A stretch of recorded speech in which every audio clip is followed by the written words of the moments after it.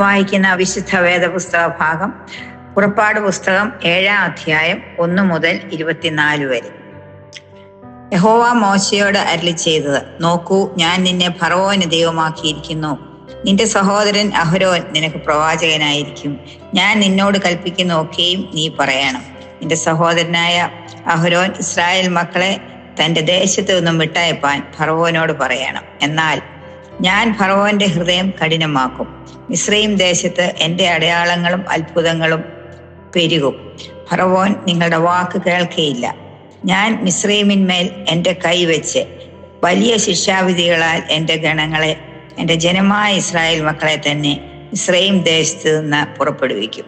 അങ്ങനെ ഞാൻ എന്റെ കൈ മിസ്രയീമിന്മേൽ നീട്ടി ഇസ്രായേൽ മക്കളെ അവരുടെ ഇടയിൽ നിന്നും പുറപ്പെടുവിക്കുമ്പോൾ ഞാൻ യഹോവ എന്ന് മിസ്രയീമ്യർ അറിയും. മോശയും അഹരോനും യഹോവ തങ്ങളോട് കൽപ്പിച്ചതുപോലെ ചെയ്തു. അവർ അങ്ങനെ തന്നെ ചെയ്തു. അവർ ഫറവോനോട് സംസാരിച്ച കാലത്ത് മോശയ്ക്ക് 80 വയസ്സും അഹരോന് 83 വയസ്സും ആയിരുന്നു.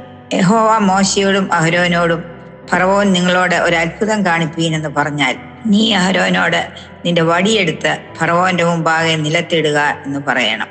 അതൊരു സർപ്പമായി തീരും എന്ന് കൽപ്പിച്ചു. അങ്ങനെ മോശയും അഹരോനും ഫറവോന്റെ അടുക്കൽ ചെന്ന് യഹോവ തങ്ങളോട് കൽപ്പിച്ചതുപോലെ ചെയ്തു. അഹരോൻ തന്റെ വടി ഫറവോന്റെയും അവന്റെ ഭൃത്യന്മാരുടെയും മുമ്പാകെ നിലത്തിട്ടു.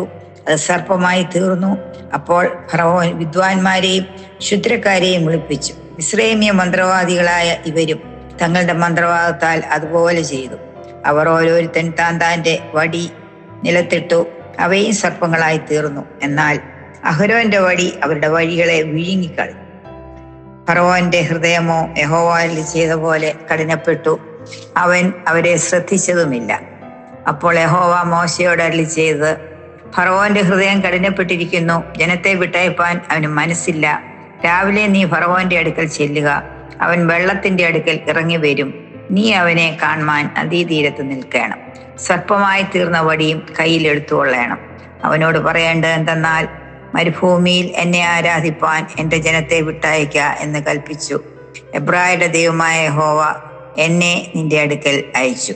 നീയോ ഇതുവരെ കേട്ടില്ല.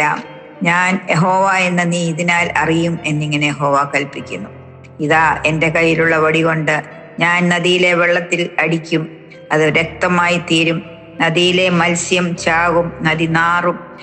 നദിയിലെ വെള്ളം കുടിപ്പാൻ മിസ്രയീമ്യർക്ക് അറപ്പ് തോന്നും. യഹോവ പിന്നെയും മോശയോട്: നീ അഹരോനോട് പറയേണ്ടത് എന്തെന്നാൽ: നിന്റെ വടിയെടുത്തിട്ട് മിസ്രയീമിലെ വെള്ളത്തിന്മേൽ, അവരുടെ നദി, പുഴ, കുളം എന്നിങ്ങനെ അവരുടെ സകല ജലാശയങ്ങളുടെ മേലും നീ കൈ നീട്ടുക.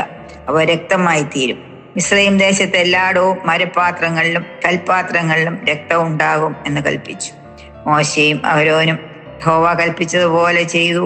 അവൻ ഫറവോന്റെയും അവന്റെ ഭൃത്യന്മാരുടെയും മുമ്പാകെ വടി ഓങ്ങി നദിയിലുള്ള വെള്ളത്തിൽ അടിച്ചു.